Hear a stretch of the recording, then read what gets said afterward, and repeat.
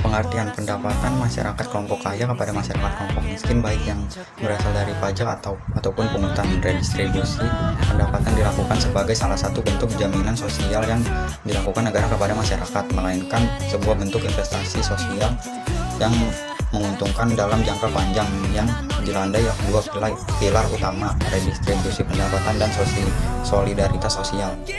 Dari redistribusi adalah untuk meminimalisir adanya kesenjangan di masyarakat.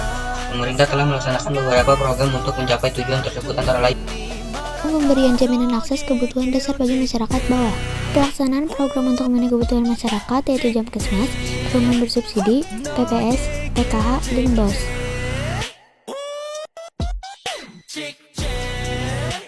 Program kredit lunak dan penjaminan kredit berbasis komunitas. Program kredit usaha rakyat dibuat pemerintah untuk memudahkan pengusaha. Kebijakan ini diharapkan dapat membantu masyarakat membuka usaha, dan diharapkan kebijakan ini dapat mengurangi jumlah penduduk miskin. Pengembangan usaha mikro, kecil, dan menengah (UMKM) yang ada di masyarakat haruskan dikembangkan karena bisa menyerap banyak tenaga kerja, membantu pemerataan distribusi pembangunan, dan membantu pemerataan distribusi pendapatan. Pemerintah bekerjasama dengan swasta lokal dan asing untuk menjalankan program CSR. Adanya program pemerintah yang bekerjasama dengan swasta lokal dan asing untuk menjalankan program Corporate Social Responsibility. Diharapkan golongan masyarakat bawah, buruh, dan usaha-usaha bisa mendapatkan kesempatan untuk ikut dalam kegiatan ekonomi yang produktif secara keseluruhan.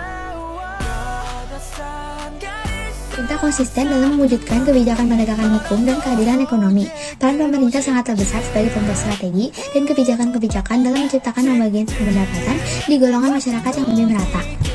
Berperan secara aktif dalam pelaksanaan program pemerataan pendapatan di masyarakat serta secara konsisten mewujudkan penegakan hukum, sehingga dunia usaha nasional dan asing dapat melakukan usaha secara seimbang. Beberapa alternatif praktik redistribusi pendapatan di Indonesia. Subsidi alternatif ini bertujuan untuk mendorong usaha kecil dan menengah agar tetap hidup dan memiliki daya saing. Pengenaan pajak. Pajak yang diterima pemerintah digunakan untuk membiayai pembangunan, dan hasil pembangunan ini akan timbal balik kepada rakyat. Distribusi pendapatan dapat berbentuk redistribusi vertikal, yaitu menunjukkan pada transfer uang dari orang kaya ke orang miskin. Redistribusi horizontal, yaitu transfer uang antar kelompok, yaitu dari kelompok satu ke kelompok lainnya.